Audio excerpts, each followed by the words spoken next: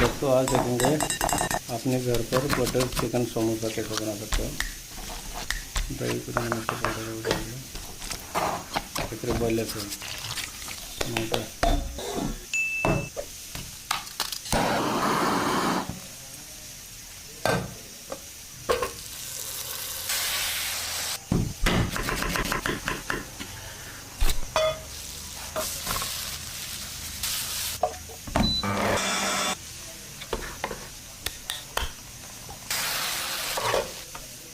में क्रीम भी डाला उसमें।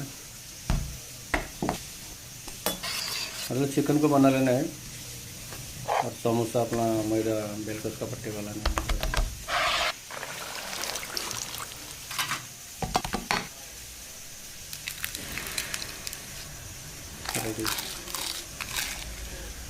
वाह कुरकुरे।